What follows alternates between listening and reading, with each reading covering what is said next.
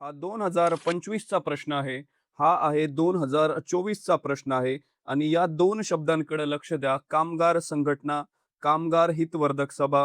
हा 2023चा प्रश्न आहे.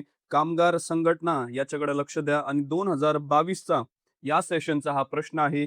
इथे देखील कामगार संघटना. मागचे 4 वर्षाचे प्रश्न सॉल्व्ह करताना आपल्या ध्यानात एक गोष्ट आली आणि ती म्हणजे कामगार चळवळ आणि कामगार संघटना यावर सलग प्रश्न विचारले गेलेले आहेत आणि PYQs सॉल्व्ह करणं म्हणजे फक्त प्रश्नांचं अनालिसिस करणं नव्हे, तर संभाव्य प्रश्न सुद्धा आपण प्रेडिक्ट करू शकतो. हे आपल्याला यावरून दिसून येतंय. त्याचं कारण म्हणजे 2025, 2024, 2023, 2022 सलग 4 वर्ष त्याच टॉपिकमधून तेच प्रश्न आलेले आहेत. त्यामुळं PYQ करणं किती गरजेचं आहे, हे आता सिद्ध होतंय. आणि 2022च्या प्रश्नपत्रिकेपर्यंत आता आपण पोहोचलोय. कुठलाही वेळ न घालवता या प्रश्नाला आपण सुरुवात करूयात. जोड्या लावा असा हा प्रश्न आहे. एका कॉलममध्ये आपल्याला कामगार संघटना दिलेल्या आहेत आणि दुसऱ्या कॉलममध्ये आपल्याला त्यांचे संस्थापक अध्यक्ष दिलेले आहेत किंवा त्यांच्याशी संबंधित अशी व्यक्तिमत्व आपल्याला दिली आहेत. पहिल्या कॉलममध्ये पहिल्यांदा आपल्याला मुंबई गिरणी कामगार संघटना दिलेली आहे. लक्षात घ्या, वारंवार नारायण मेघाजी लोखंडे यांच्यावरती प्रश्न येतो आणि या 2022च्या पेपरमध्ये देखील त्यांच्यावरती प्रश्न आलाय. या संघटनेची जोडी आहे नारायण मेघाजी लोखंडे, मुंबई गिरणी कामगार संघटना. दुसरी जी कामगार संघटना आहे, लेबर युनियन आहे. 1918 ची अहमदाबाद टेक्सटाईल लेबर असोसिएशन याचा थेट संबंध आहे महात्मा गांधी यांच्याशी. पुढची संघटना 1918 चीच मद्रास लेबर युनियन, तिचा थेट संबंध आहे होम रूल चळवळीचे नेते BP वाडिया यांच्याशी त्याचा थेट संबंध आहे. आणि आयटक म्हणजेच all India trade union congress, जी 2025च्या प्रश्नपत्रिकेत आपण याला सॉल्व्ह केलं होतं, त्याच्याबद्दल ही माहिती आपण घेतली होती. तोच प्रश्न, तीच थीम आपल्याला 2022 मध्ये पुन्हा बघायला मिळाली आणि या प्रश्नाचं उत्तर, या जोडीचं उत्तर आहे पहिले अध्यक्ष लाला लजपत राय. लक्षात घ्या, तेच प्रश्न, तीच थीम, तेच लोक इथं रिपीट झालेले आहेत आणि म्हणून या प्रश्नाचं योग्य असं उत्तर आपल्याकडे आहे. ए ची जोडी 4 असायला हवी, ब ची जोडी आपल्याला 3 असायला हवी, क ची म्हणजेच सी ची जोडी आपल्याला 2 असायला हवी. म्हणून या प्रश्नाचं उत्तर आहे पर्याय क्रमांक 2.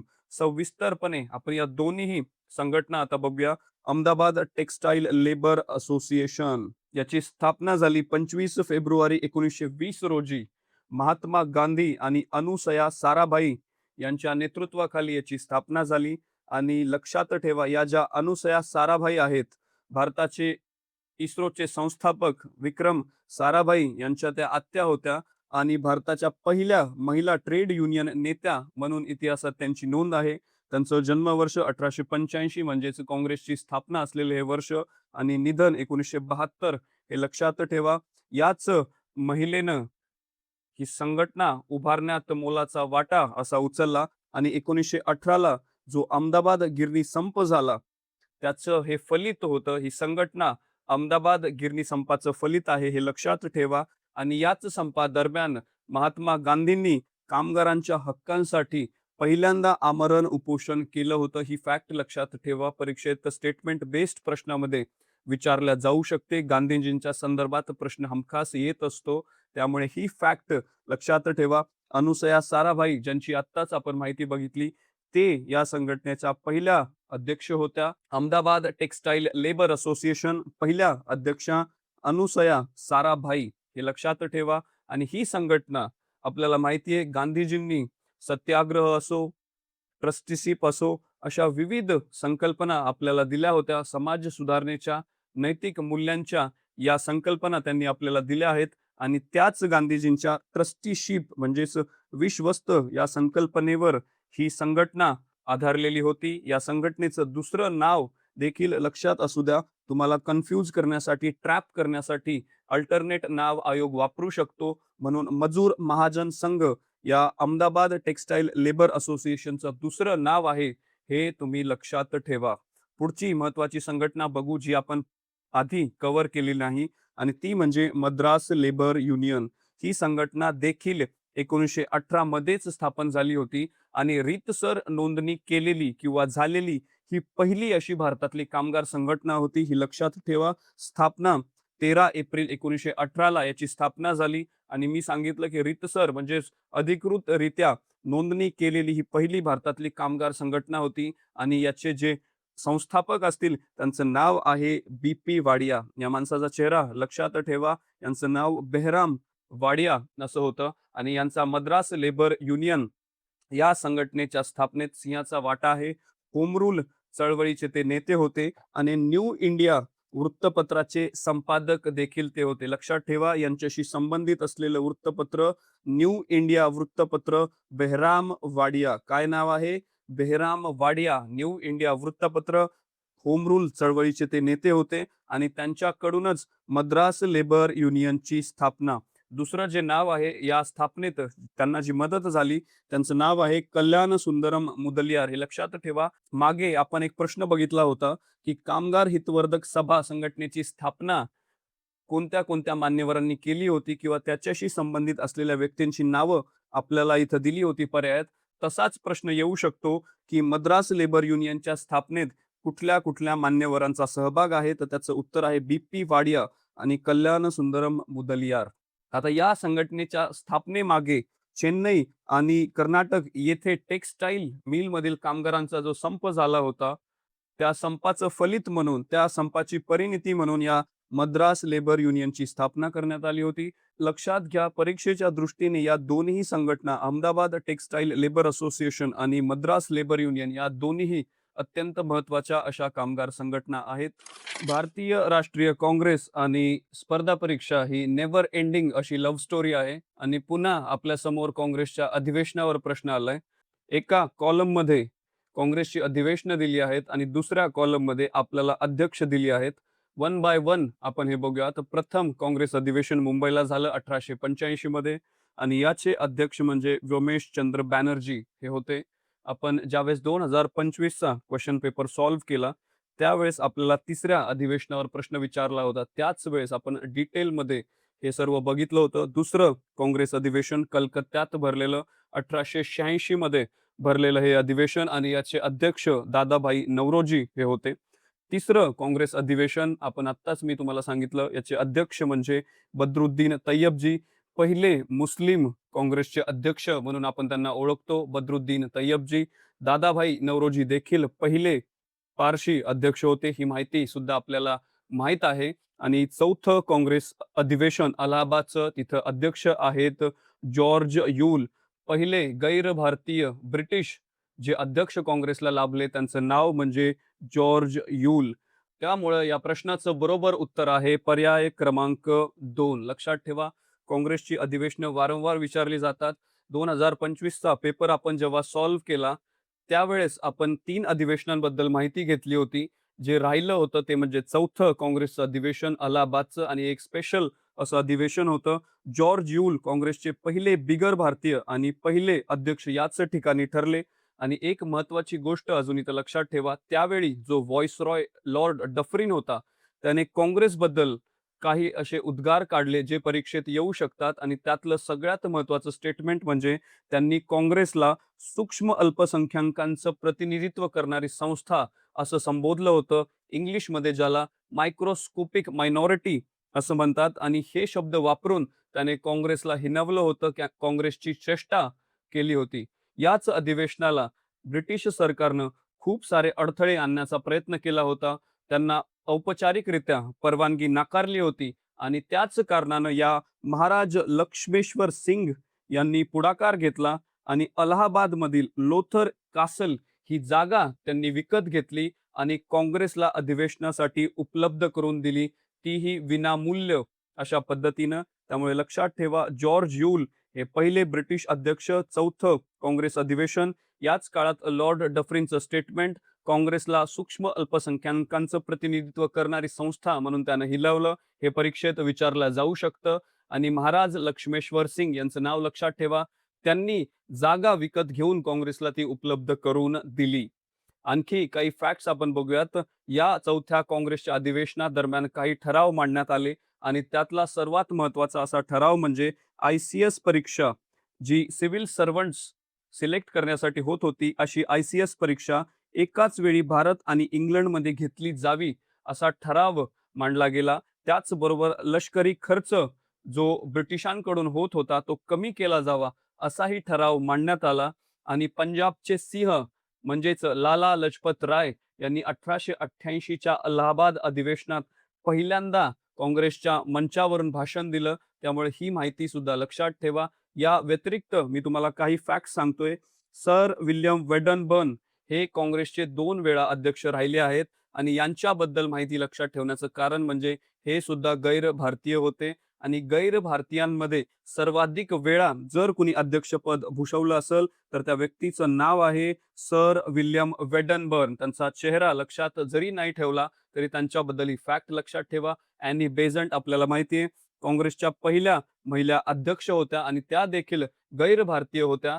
कमेंट बॉक्समध्ये मला सांगा की भारतीय महिला म्हणून पहिल्यांदा काँग्रेसचं अध्यक्षपद कोणी भूषवलं? कमेंट बॉक्समध्ये नक्की मला तुमचा अभ्यास कळवा. पुढच्या प्रश्नाकडे आता वळूयात. 1847 मध्ये मुंबई बंदर व कापूस उत्पादन करणारे विभाग यांना जोडणारी रेल्वे सुरू करावी, अशी मागणी प्रथम कोणी केली होती? लक्षात ठेवा, 1847 मध्ये मुंबई बंदर व कापूस उत्पादन करणारे विभाग यांना जोडणारी रेल्वे सुरू करावं, अशी मागणी प्रथम कोणी केली होती? तर या प्रश्नाचं उत्तर आहे ब्राईट, हे या प्रश्नाचं उत्तर आहे आणि त्यांच्याबद्दल आपण काही माहिती बघू. जॉन ब्राईट असं या प्रश्नाचं उत्तर आहे. ते ब्रिटिश संसदेचे म्हणजेच हाऊस ऑफ कॉमनचे सदस्य होते आणि मँचेस्टर स्कूलचे एक प्रमुख नेते म्हणून त्यांची ओळख होती. लक्षात घ्या, ज्यावेळेस अमेरिकेतून येणारा कापूस ब्रिटनमध्ये यायचा बंद झाला किंवा सिव्हिल वॉरमुळं त्याची कमतरता जाणवू लागली, त्याच वेळी ब्रिटिशांनी पर्याय म्हणून भारतीय कापूस उत्पादकांकडे बघितलं आणि भारतातून कसा हा कापूस ब्रिटनमध्ये आणता येईल आणि त्यासंबंधी काय व्यवस्था करता येईल यासाठी त्यांनी प्रयत्न सुरू केले आणि याच प्रयत्नांचा भाग म्हणून रेल्वेची स्थापना करण्याचा निर्णय त्यांनी घेतला होता. याच जॉन ब्राईट यांनी 1847 मध्ये ब्रिटिश संसदेत एक समिती स्थापन करण्याची मागणी केली आणि याच माणसाच्या दबावामुळे म्हणजेच जॉन ब्राईट यांच्या दबावामुळे ग्रेट इंडियन पेनिन्सुला रेल्वे, जिनं भारतातली पहिली रेल्वे सुरू केली, च्या कामाला गती मिळाली. ही फॅक्ट लक्षात ठेवा.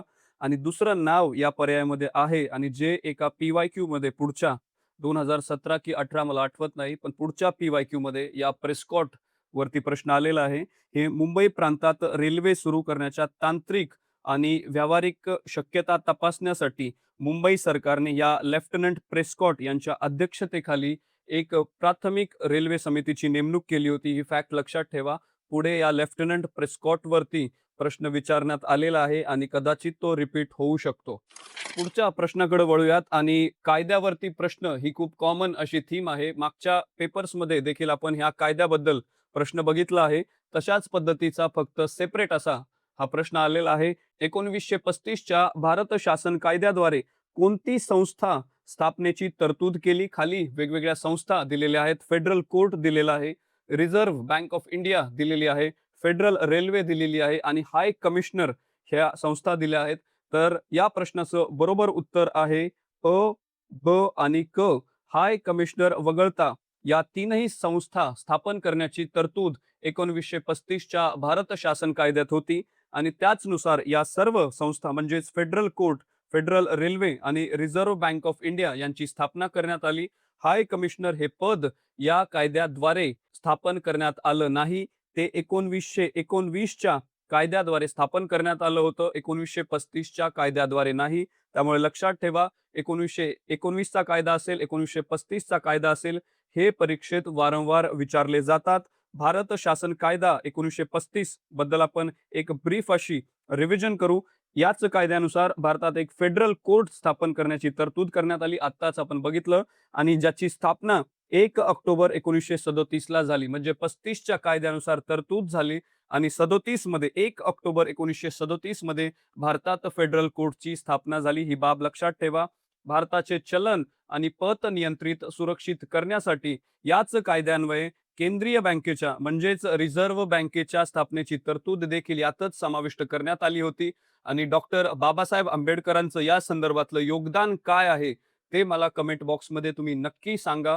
आरबीआयचा कायदा 1934 मध्ये संमत झालेला आहे आणि 1935ला 1 एप्रिल 1935ला तिची स्थापना करण्यात आली. ही बाब लक्षात ठेवा. आणि याच कायद्याच्या भाग 8 आणि सेक्शन 181 अंतर्गत रेल्वेचे नियंत्रण पूर्णपणे राजकीय हस्तक्षेपापासून मुक्त करण्याच्या उद्देशाने, दूर ठेवण्याच्या उद्देशाने एका स्वतंत्र अशा फेडरल रेल्वे अथॉरिटीची तरतूद या कायद्याद्वारे करण्यात आली. ही बाब लक्षात ठेवा. भारत शासन कायदा 1935 आणि 1919 चा कायदा ह्या रिपीट होणाऱ्या थीम आहेत. यांना केल्याशिवाय परीक्षेला जाऊ नका म्हणजे नका. पुढच्या प्रश्नाकडे वळूयात. डॉक्टर भाऊ दाजी लाड हे कशाचे पुरस्कर्ते होते? स्पेसिफिक असा समाज सुधारकांवर प्रश्न येतो आणि यावेळी 2022च्या प्रश्नपत्रिकेत ते समाज सुधारक व्यक्तिमत्व म्हणजे भाऊ दाजी लाड आणि ते कशाचे पुरस्कर्ते होते, त्यांची विचारसरणी काय होती, त्यांनी कुठली समाज सुधारणा हाती घेतली होती, यावर हा प्रश्न आहे. आणि या प्रश्नाचं बरोबर असं उत्तर आहे विधवा पुनर्विवाह, म्हणजेच पर्याय क्रमांक 3 याचं हे बरोबर उत्तर आहे. भाऊ दाजी लाड हे विधवा पुनर्विवाहाचे पुरस्कर्ते होते आणि ग्रांट मेडिकल कॉलेज मधून पदवीधर होणारे ते पहिले डॉक्टर होते. ही गोष्ट लक्षात ठेवा. ग्रांट मेडिकल कॉलेजच्या पहिल्या बॅचचे म्हणजेच 1851 ते विद्यार्थी आणि पदवीधर होते. त्यांना धन्वंतरी असं म्हटलं जायचं कारण त्यांनी कुष्ठरोग म्हणजेच लेप्रसी या रोगावर सखोल असं संशोधन केलं होतं आणि भारतीय वनस्पतींचा अभ्यास करून चाल मुग्रा या वनस्पतीच्या तेलापासून कुष्ठरोगावर गुणकारी औषध शोधून त्यांनी काढलं होतं.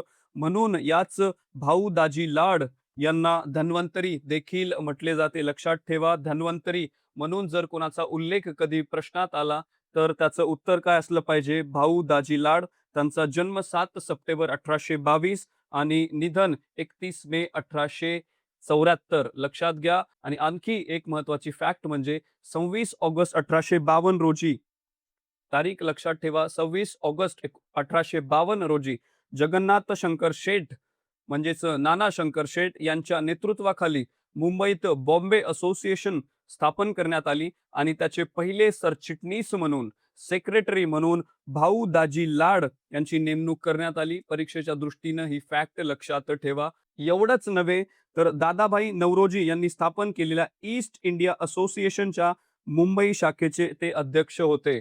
मागच्या प्रश्नपत्रिकेत 2023च्या प्रश्नपत्रिकेत आपण एक रेफरन्स घेतला की ईस्ट इंडिया असोसिएशनची स्थापना जी आहे ती लंडन मध्ये झाली होती आणि तिची स्थापना दादाभाई नौरोजी यांच्याकडून झाली होती आणि याची जी मुंबईची शाखा होती ती भाऊ दाजी लाड यांच्या अध्यक्षतेखाली तिनं काम केलं. याच बरोबर बॉम्बे असोसिएशनचे ते चिटणीस होते. ईस्ट इंडिया असोसिएशनचे मुंबई शाखाध्यक्ष होते हे आपण बघितलं. 1864 ते 69 या काळात मुंबईचे शेरीफ ते होते. 1854 मध्ये western India canal and irrigation कंपनीचे संचालक देखील भाऊ दाजी लाड होते आणि याच बरोबर त्यांनी कुमार संभव या कालिदास लिखित ग्रंथाचं संपादन देखील त्यांनी केलं आणि प्रबंध चिंतामणी हा ग्रंथ देखील त्यांनी संपादित केला. हे लक्षात ठेवा. परीक्षेच्या दृष्टीनं भाऊ दाजी लाड अत्यंत महत्वाचं असं व्यक्तिमत्व परीक्षेच्या दृष्टीने.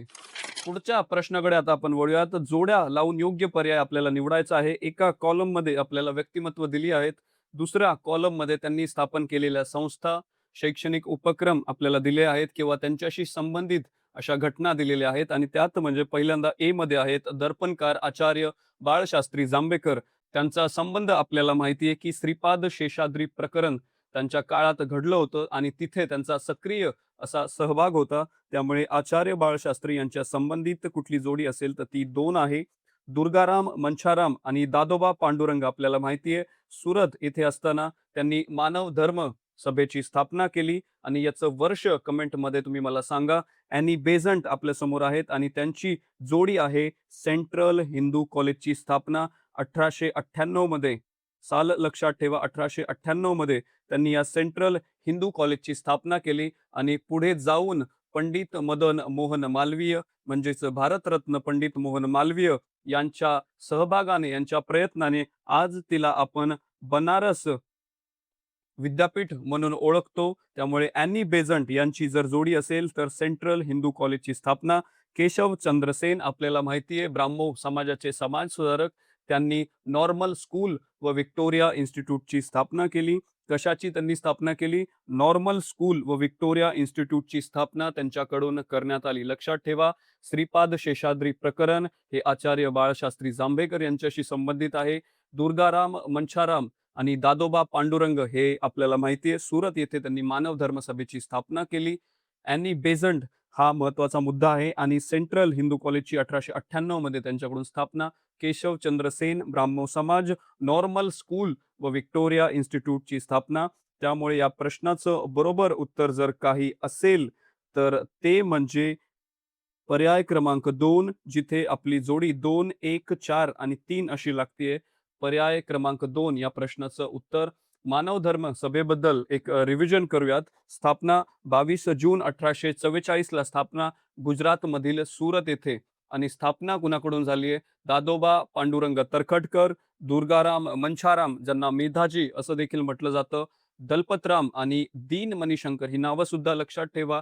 ट्रिकी क्वेश्चन आला तर ही 2 नावं तुम्हाला तो प्रश्न सॉल्व्ह करण्यासाठी मदत करतील. या समाज सुधारकांनी एकत्र येऊन मानव धर्म सभेची स्थापना केली आणि याच सभेसाठी दादोबा पांडुरंग यांनी 7 मुख्य तत्व निश्चित केली होती आणि याच 7 मुख्य तत्वांवर आधारित पुढे जाऊन 31 जुलै 1849 रोजी मुंबईत परमहंस सभेची स्थापना झाली. चेहरा लक्षात ठेवा, दादोबा पांडुरंग यांच्याकडून मानव धर्म सभेची स्थापना झाली होती. त्यांच्याबद्दल ही रिव्हिजन लक्षात असू द्या. पुढच्या प्रश्नाकडे आता आपण वळूयात आणि संथाळांच्या उठावाबाबत हा प्रश्न आहे. लक्षात ठेवा, 1857 चा उठाव असेल, त्यापूर्वीचे आदिवासी उठाव असतील, त्यानंतरचे शेतकरी उठाव असतील. ही परीक्षेत वारंवार विचारली जाणारी थीम आहे. हे टॉपिक केल्याशिवाय आपण परीक्षेचं हॉल तिकीट सुद्धा डाउनलोड करता कामा नये. त्यामुळं हे जे सर्व उठाव आहेत त्यांची एक वेळ चांगल्या पद्धतीने रिव्हिजन करा. मागच्या प्रश्नपत्रिकेत आपण शेतकऱ्यांचा उठाव म्हणजेच दख्खनचं बंड बघितलं होतं. या प्रश्नपत्रिकेत 2022च्या प्रश्नपत्रिकेत आपल्या समोर पुन्हा एकदा संथाळांचा उठाव आलेला आहे आणि या उठावाबाबत चुकीची विधाने कुठली आहेत ते आपल्याला ओळखायचं आहे. प्रश्न नीट वाचायचा. प्रश्न ट्रिकी असतो. कधी विचारलं जातं की बरोबर विधान ओळखा, कधी विचारलं जातं की चुकीची विधानं ओळखा. तर प्रश्न नीट वाचत चला. पहिलं स्टेटमेंट आपण बघूयात. चुकीचं स्टेटमेंट आपल्याला बघायचं, हे डोक्यात असू द्या. संथाळांच्या आर्थिक शोषणाची माहिती पंजाब रिव्ह्यू मध्ये आलेली होती. आता लक्षात घ्या, संथाळांचा उठाव हा राजमहल टेकड्या म्हणजे बिहार झारखंडचा जो भाग आहे तिथे हा उठाव झाला होता. त्यामुळे लॉजिकली आपण जर बघितलं तर पंजाब रिव्ह्यूचा इथे संबंध असण्याचा कारण नाही. त्यामुळे हे विधान चुकीचं आहे आणि आपल्याला चुकीचंच विधान विचारलेलं आहे. म्हणजे ए स्टेटमेंट हे चुकीचं आहे. ठीक आहे. दुसरं बी स्टेटमेंट बघूया. संथाळांनी सत्याचे राज्य स्थापन करण्याचा निर्णय घोषित केला होता.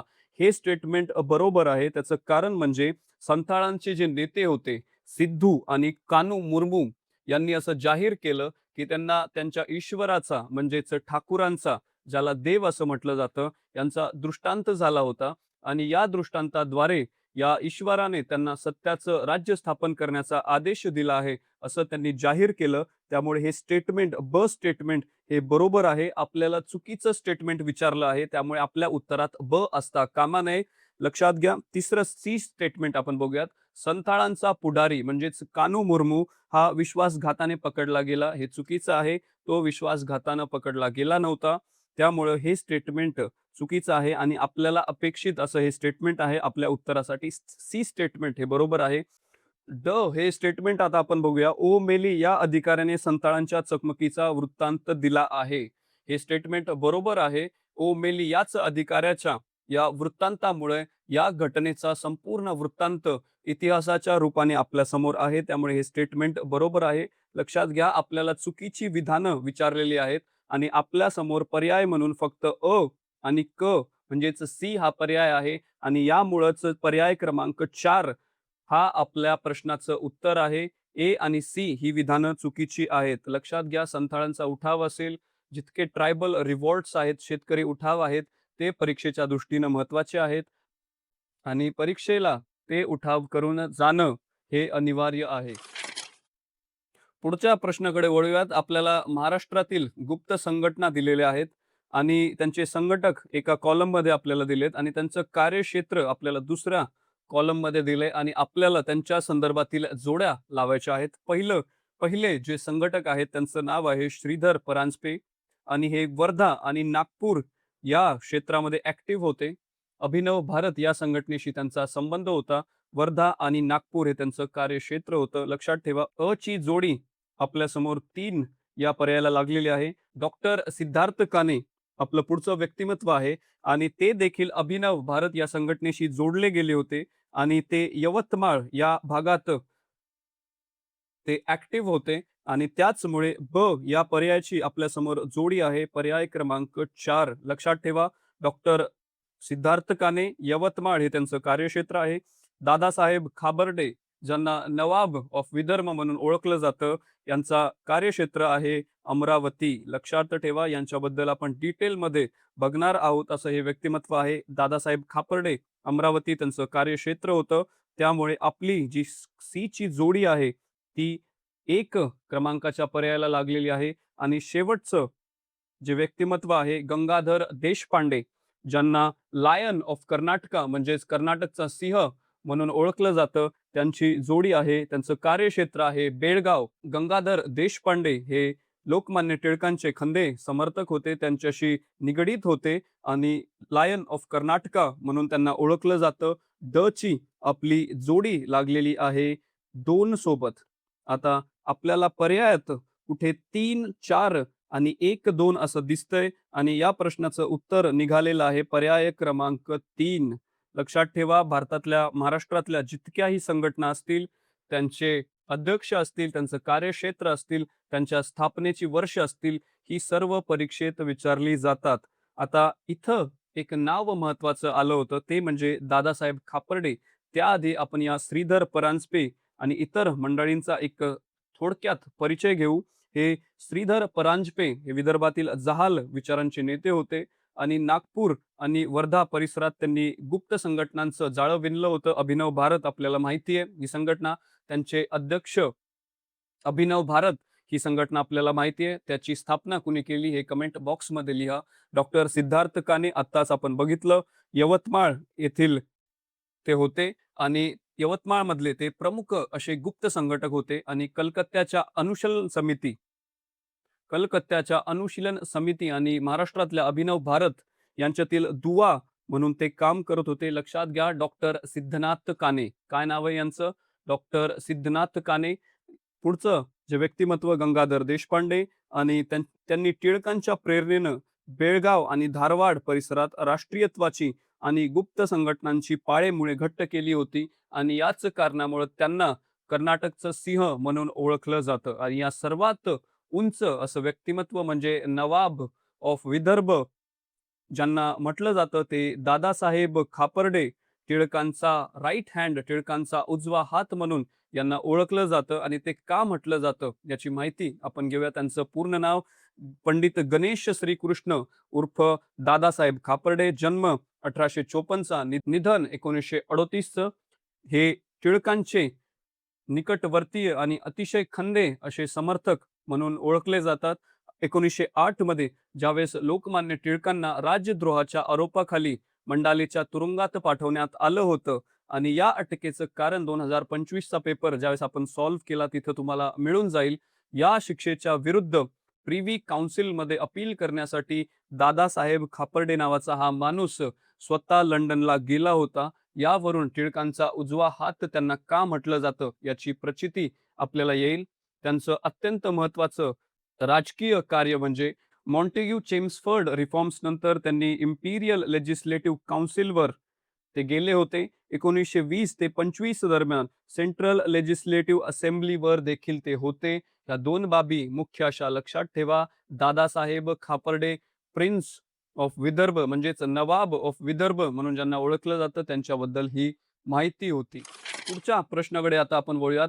गोपाळ गणेश आगरकरांशी पुढीलपैकी कोणती वृत्तपत्रे संबंधित होती? अतिशय सोपा हा प्रश्न आहे. पहिल्या पर्यायात आपल्यासमोर केसरी आणि मराठा आहे. वराड समाचार आहे आणि सुधारक आहे. या तीनही वृत्तपत्रांशी गोपाळ गणेश आगरकर संबंधित होते. वराड समाचार हा जरा डिफिकल्ट असा पर्याय होता, पण लक्षात ठेवा विद्यार्थी दशेत जेव्हा गोपाळ गणेश आगरकर यांना पैशाची अडचण होती, त्यावेळेस त्यांनी या वराड समाचार या वृत्तपत्रात काम केलेलं आहे आणि हे वृत्तपत्र त्यांच्याशी संबंधित आहे. केसरी आणि मराठाशी त्यांचा असलेला संबंध आपल्याला सांगण्याची गरज नाही. सुधारक त्यांनी सुरू केलेलं आणि ते का सुरू केलं ही माहिती देखील आपल्याला आहे. ही सर्व वृत्तपत्रे आपण ब्रीफमध्ये रिवाईज करूयात. त्याआधी या प्रश्नाचं बरोबर उत्तर आहे अ, ब आणि क फक्त पर्याय क्रमांक 2. लक्षात घ्या केसरीची स्थापना 4 जानेवारी 1881 ला झाली होती. हे आपल्याला माहिती आहे आणि त्याची स्थापना कुणी केली हे कमेंट बॉक्समध्ये तुम्हाला लिहिण्याची गरज आहे. पूर्णपणे हे केसरी वृत्तपत्र हे मराठी भाषेत प्रकाशित व्हायचं हे लक्षात ठेवा. गोपाळ गणेश आगरकर यांचं संपादन केलेलं हे पहिलं असं वृत्तपत्र आहे आणि टिळकांशी त्यांचे मतभेद झाले 1887 मध्ये आणि त्याचं कारण म्हणजे राजकीय सुधारणा आधी की सामाजिक सुधारणा आधी या मुद्द्यांवर त्यांचं टिळकांशी मतभेद झाले आणि 87 मध्ये त्यांनी राजीनामा दिला. सरकारचे डोके ठिकाणावर आहे काय? हा प्रसिद्ध असा लेख केसरी मधून प्रकाशित झाला याची नोंद आपण घ्यावी आणि याच अग्रलेखांमुळे अशाच पद्धतीच्या अग्रलेखांमुळे टिळकांवर राजद्रोहाचे खटले चालवले गेले हे आपल्याला माहित असलंच पाहिजे. आता मराठा हे वृत्तपत्र आपण बघूयात. केसरीच्या 2 दिवस आधी म्हणजेच 2 जानेवारी 1881 रोजी या मराठा वृत्तपत्राची स्थापना झाली आणि इंग्रजी मध्ये हे सुरू झालं. ही गोष्ट लक्षात ठेवा. मराठा हे इंग्रजीत सुरू झालं तर केसरी हे मराठीत सुरू झालं आणि या दोघांच्या तारखा ह्या आसपासच्या आहेत, यात कन्फ्यूज होऊ नका. 4 जानेवारीला केसरीची स्थापना आहे, सुरुवात आहे, तर मराठा 2 दिवसाआधी म्हणजेच 2 जानेवारीची स्थापना आहे, सुरुवात आहे. लक्षात घ्या. स्टेटमेंट बेस्ड प्रश्नात हे विचारलं जाऊ शकते. त्या अनुषंगाने लक्षात ठेवा. लोकमान्य टिळक हे मराठा या वृत्तपत्राचे पहिले संपादक होते. केसरीचे पहिले संपादक गोपाळ गणेश आगरकर, तर मराठाचे पहिले संपादक हे लोकमान्य टिळक होते आणि केसरीची भाषा आपल्याला माहिती आहे जहाल होती आणि त्याचमुळे टिळकांवर राजद्रोहाचे खटले देखील दाखल झालेले आपल्याला माहिती आहे. पण मराठाची भाषा मात्र डिप्लोमॅटिक होती, प्रशासकीय होती, कायदेशीर होती आणि अनालिटिकल होती. त्यामुळे टिळकांनी हे दोन्ही वृत्तपत्र वेगवेगळ्या उद्देशाने स्थापन केले होते. इथे आपल्या हे लक्षात येतं. सुधारक बद्दल आता आपण माहिती घेऊया. टिळकांशी मतभेद झाले. गोपाळ गणेश आगरकरांनी राजीनामा दिला आणि सुधारक हे वृत्तपत्र सुरू झाले. त्याची तारीख म्हणजे 15 ऑक्टोबर 1888. आता हे वृत्तपत्र दोन्ही भाषांमध्ये सुरू झालं. कुठल्या ह्या 2 भाषा? तर मराठी आणि इंग्लिश या दोन्ही भाषांमध्ये हे सुरू झालं. मराठी विभागाचं जे संपादन होतं ते स्वतः गोपाळ गणेश आगरकर यांच्याकडून झालं. तर इंग्रजी विभागाचं जे संपादन आहे गोपाळ कृष्ण गोखल्यांकडून झालं, जे गांधीजींचे राजकीय गुरु होते. ही बाब लक्षात ठेवा. सुधारक हे इंग्लिश आणि मराठीमध्ये दोन्ही भाषांमध्ये, मराठा हे इंग्लिशमध्ये, तर केसरी हे मराठीमध्ये. ह्या बाबी लक्षात ठेवा. जे सुधारक हे वृत्तपत्र होतं ते पूर्णपणे बुद्धी प्रामाण्यवादी होतं. लक्षात ठेवा. स्त्री शिक्षण असेल, विधवा पुनर्विवाह असेल, अस्पृश्यता निवारण असेल, यांसारख्या ज्वलंत विषयांवर या सुधारक वृत्तपत्राकडून ज्वलंत परखडपणे त्यांचं मत मांडण्यात आलं. आता वराड समाचार हे कमी परिचित असलेलं वृत्तपत्र आपल्याला या प्रश्नात विचारलं गेलं आणि 1866 मध्ये अकोला इथं हे सुरू करण्यात आलं होतं. याच्या स्थापनेबद्दल अधिक अशी माहिती उपलब्ध नाही. मात्र आगरकरांनी त्यांच्या विद्यार्थी दशेत असताना पैशाचा प्रश्न सोडवण्यासाठी, आपला उदरनिर्वाह चालवण्यासाठी या वृत्तपत्रात नियमित लेख लिहिले. ही इतिहासात माहिती आहे. त्यामुळे लक्षात ठेवा. केसरी, मराठा, सुधारक आणि वराड समाचार ही वृत्तपत्र आगरकरांच्या आयुष्याशी संबंधित आहेत. पुढच्या प्रश्नाकडे आता पुन्हा वळूयात आपण. विधानं दिलेली आहेत, काही काही विवरण दिलेलं आहे आणि त्यावरून आपल्याला व्यक्ती ओळखायला दिलेलं आहे. पहिलं जे स्टेटमेंट आहे, इंडिया नावाचे वृत्तपत्र त्यांनी सुरू केलं. दुसरं, बॉम्बे असोसिएशनची स्थापना. तिसरं, ईस्ट इंडिया असोसिएशनची स्थापना. यावरून तर तुम्हाला नक्की हा प्रश्न सॉल्व्ह करता यायला हवा.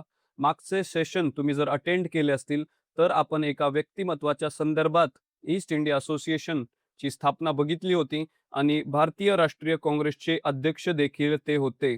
या सर्व स्टेटमेंटचा धागा एकच आहे आणि तो म्हणजे दादाभाई नौरोजी. लक्षात घ्या, इंडिया नावाचे वृत्तपत्र त्यांनी सुरू केलं. बॉम्बे असोसिएशनची स्थापना त्यांच्याकडून झाली. ईस्ट इंडिया असोसिएशनची स्थापना आणि भारतीय राष्ट्रीय काँग्रेसचे अध्यक्ष एक नाही तर तब्बल 3 वेळा ते अध्यक्ष होते. त्यांच्याबद्दल एक ब्रीफ आपण रिव्हिजन करूया. 1890 मध्ये लंडन येथे इंडिया नावाचं मासिक त्यांनी सुरू केलं, ज्याचं पुढे साप्ताहिकामध्ये रूपांतर झालं. 26 ऑगस्ट 1852 ही तारीख लक्षात ठेवा. त्याचं कारण म्हणजे मुंबईत त्यांनी बॉम्बे असोसिएशन या पहिल्या राजकीय संस्थेची स्थापना केली.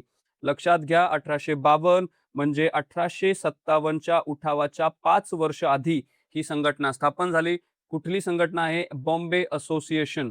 पहिली राजकीय संस्था त्यांनी ही स्थापन केली आणि 1 नोव्हेंबर पुढची ही तारीख लक्षात ठेवा, 1866 रोजी लंडन येथे, कुठं? लंडन येथे भारतीयांचे प्रश्न ब्रिटिशांपर्यंत पोहोचवण्यासाठी ईस्ट इंडिया असोसिएशनची त्यांनी स्थापना केली, ज्याचा पर्यायात उल्लेख आहे. आणि 3 वेळा दादाभाई नौरोजी राष्ट्रीय काँग्रेसचे अध्यक्ष होते. 1886चं कलकत्ता अधिवेशन, 1893चं लाहोर अधिवेशन, 1906चं कलकत्ता अधिवेशन. आणि लक्षात घ्या, हे अधिवेशन अत्यंत असं महत्वाचं आहे, कारण इथेच स्वराज्य या शब्दाचा औपचारिकरित्या, अधिकृतरित्या भारतीय राष्ट्रीय काँग्रेसकडून उच्चार केला गेला.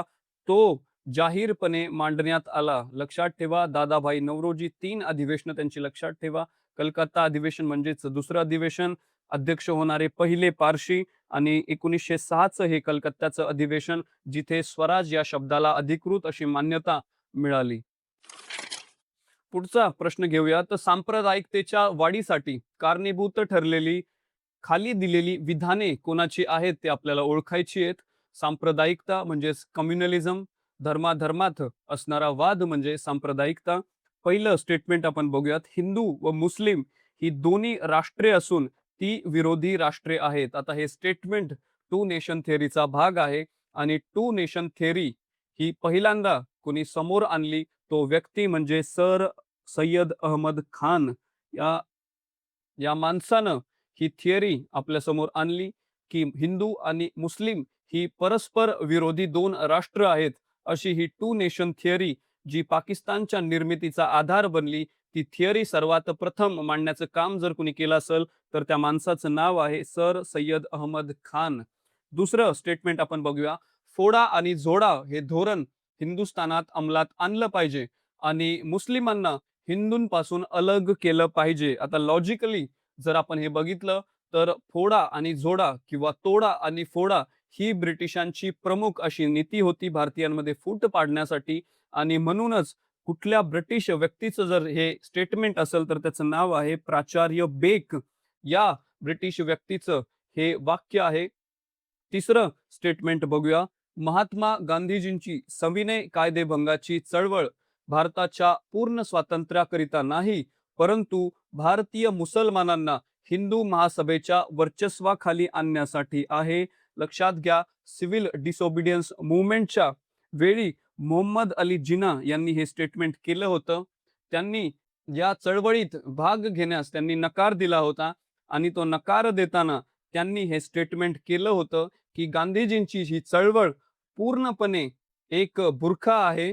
मुसलमानांना हिंदू महासभेच्या वर्चस्वाखाली आणण्यासाठी हे त्यांचे प्रयत्न आहेत आणि भारताच्या स्वातंत्र्याशी ह्या चळवळीचं कुठलंही घेणं देणं नाही, असं हे वाक्य मोहम्मद अली जिना यांचं आहे. पुढचं स्टेटमेंट आपण बघूयात. भारताला मातृभूमी मानणाऱ्यांचा भारत हा देश आहे. हे स्टेटमेंट फक्त आणि फक्त स्वातंत्र्यवीर विनायक दामोदर सावरकर यांसारखा सच्चा भारतपुत्र देऊ शकतो, हे आपल्याला माहिती आहे. आणि म्हणून या प्रश्नाचं बरोबर उत्तर आहे पर्याय क्रमांक 2, ज्यात सर सय्यद अहमद, प्राचार्य बेक, मोहम्मद अली जिना आणि विनायक दामोदर सावरकर असे पर्याय उपलब्ध आहेत.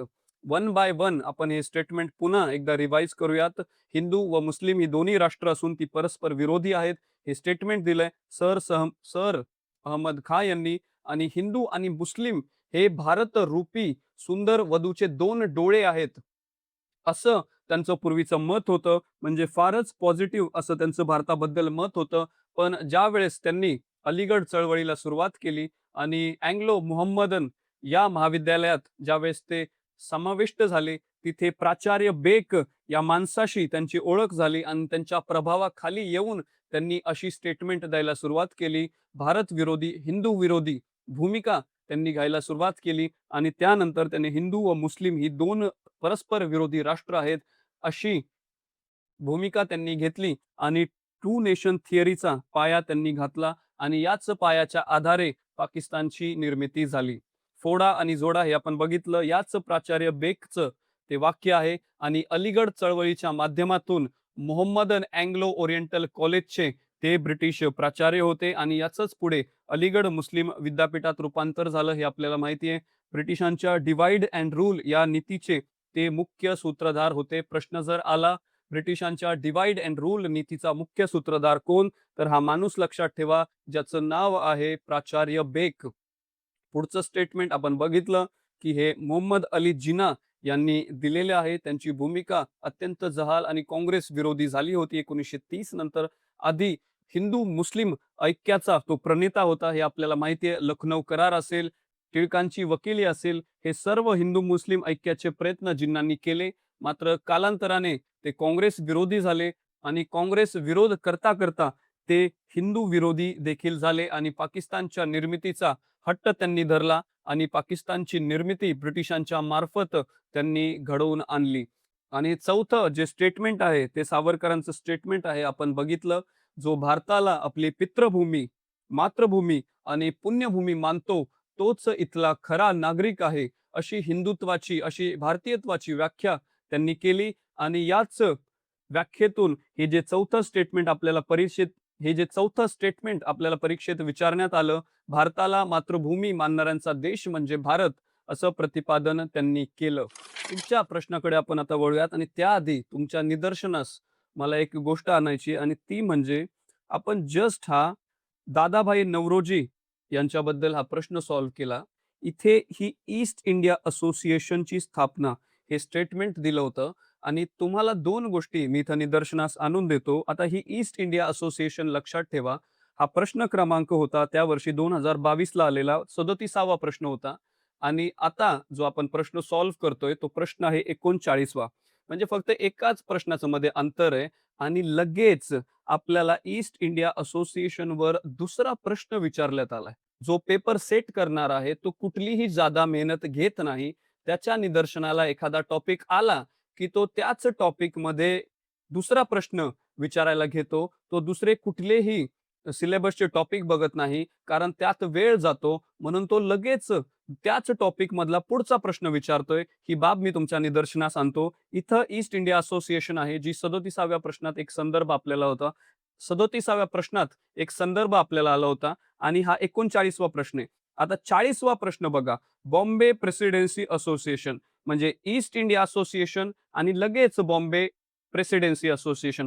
म्हणजे ही जी पेपर काढणारी लोक आहेत ती जास्त मेहनत घेत नाहीत आणि त्यामुळे तुम्ही पण लक्षात ठेवा, PYQच बघणं खूप गरजेचं आहे. एकमेकाच्या रिलेटेड लिंक केलेले प्रश्न येतात. त्यामुळं बरोबर उत्तरावर तर आपल्याला लक्ष द्यायचंच आहे. पण जे चुकीचे पर्याय असतात त्यांच्यावर सुद्धा आपलं लक्ष पाहिजे. चला प्रश्नाकडे वळूयात. 1 नोव्हेंबर 1866 रोजी स्थापन झालेल्या ईस्ट इंडिया असोसिएशनचा उद्देश काय होता? हे या प्रश्नात आपल्याला विचारलंय आणि या प्रश्नाचं बरोबर उत्तर आहे लोकशिक्षण. इंग्लिशमध्ये ज्याला पब्लिक एज्युकेशन अवेअरनेस असं म्हणतात. हे या प्रश्नाचं बरोबर उत्तर आहे. आपल्याला माहिती आहे ईस्ट इंडिया असोसिएशनची स्थापना दादाभाई नौरोजी यांच्याकडून झाली होती. तारीख होती 1 नोव्हेंबर 1866 ही तारीख होती आणि लंडनमध्ये याची स्थापना झाली आणि त्याचा उद्देश होता भारतीयांवर जो अमानुष अत्याचार होत आहे भारतात, भारतीयांचं जे शोषण होत आहे त्याबद्दल ब्रिटिश नागरिकांना माहिती देण्यासाठी, ब्रिटिश नागरिकांना एज्युकेट करण्यासाठी, त्यांच्यापर्यंत आपली व्यथा पोहोचवण्यासाठी या ईस्ट इंडिया असोसिएशनची स्थापना करण्यात आली होती. आणि म्हणूनच आपल्या उत्तराचं उत्तर आहे लोकशिक्षण. हे माहीत असू द्या. ईस्ट इंडिया असोसिएशन लंडनला स्थापना, संस्थापक दादाभाई नौरोजी. ब्रिटिश लोकांना भारतीयांबद्दल माहिती व्हावी या हेतूनं ही संस्था, ही असोसिएशन स्थापन करण्यात आली. याची एक शाखा आता आपण बघितलं, भाऊ दाजी लाड यांच्यावर आपण प्रश्न सॉल्व्ह केला होता आणि त्यावेळेस माहिती घेताना आपण ही फॅक्ट बघितली होती, की याच भाऊ दाजी लाड यांच्याकडं जे ईस्ट इंडिया असोसिएशनचं अध्यक्षपद होतं मुंबई शाखेचं, ते देण्यात आलं होतं. म्हणजे इथंच मी तुम्हाला दाखवतो, की 32व्या प्रश्नातला संदर्भ, 37व्या प्रश्नातला संदर्भ आणि 39 आणि 40 या प्रश्नातला संदर्भ, they are one and the same. म्हणजे हे जे प्रश्न काढणारी लोक आहेत, ती ह्या गोष्टी एकमेकांना लिंक करतात, जास्त मेहनत घेत नाहीत आणि प्रश्न हे आयोगाच्या प्रश्नपत्रिकेत विचारले जातात. त्यामुळे पी-वाय-क्यूज करा, त्यातच संभाव्य प्रश्न लपलेले असतात. पुढच्या प्रश्नाकडे वळूयात. बॉम्बे प्रेसिडेन्सी असोसिएशनची स्थापना कोणी केली आणि त्याशी संबंधित कोणत्या व्यक्ती होत्या? लक्षात घ्या, 2025च्या प्रश्नपत्रिकेत आपण एक प्रश्न सॉल्व्ह केला होता आणि त्या दरम्यान मी तुम्हाला बद्रुद्दीनजी तय्यबजी हा टॉपिक शिकवला होता आणि त्यावेळेस मी तुम्हाला सांगितलं होतं, की फिरोजशाह मेहता, न्यायाधीश तेलंग, के.टी. तेलंग आणि बद्रुद्दीनजी तय्यबजी यांना एकत्रितपणे मुंबईचे त्रिमूर्ती असं म्हटलं जातं आणि याच लोकांनी एकत्र येऊन बॉम्बे प्रेसिडेन्सी असोसिएशनची स्थापना केली होती. त्यामुळे या प्रश्नाचं बरोबर उत्तर आहे ब, क आणि ड म्हणजेच बी, सी आणि डी. पर्याय क्रमांक 2 हे या प्रश्नाचं बरोबर उत्तर आहे. आणि डिटेलमध्ये तुम्ही या प्रश्नाचं उत्तर जाणून घेण्यासाठी माझा 2025च्या प्रश्नपत्रिकेचा व्हिडिओ जरूर बघा. त्याची लिंक डिस्क्रिप्शन बॉक्समध्ये देखील मी दिलेली आहे किंवा आपल्या प्लेलिस्टमध्ये सुद्धा तुम्हाला बघायला मिळेल. तो व्हिडिओ, ती सीरीज मिस करू नका. 2022 पर्यंत आता आपण पोहोचलेलो आहोत. लवकरच 2021 पासून ते 17चे आपण प्रश्न बघतोय. पी-वाय-क्यूज करण्याचा एकमेव उद्देश म्हणजे यातूनच संभाव्य प्रश्न येतात. हे भरपूर जणांना अजूनही माहीत नाही. पी-वाय-क्यूची सीरीज तुम्ही कंप्लीट करा आणि अशाच पद्धतीने 2022चा पेपर आपण सॉल्व्ह केलेला आहे. इतिहासाचे प्रश्न आपण बघितलेले आहेत. भेटूयात पुढच्या व्हिडिओमध्ये लवकरच. तोपर्यंत जय हिंद, जय महाराष्ट्र, वंदे मातरम.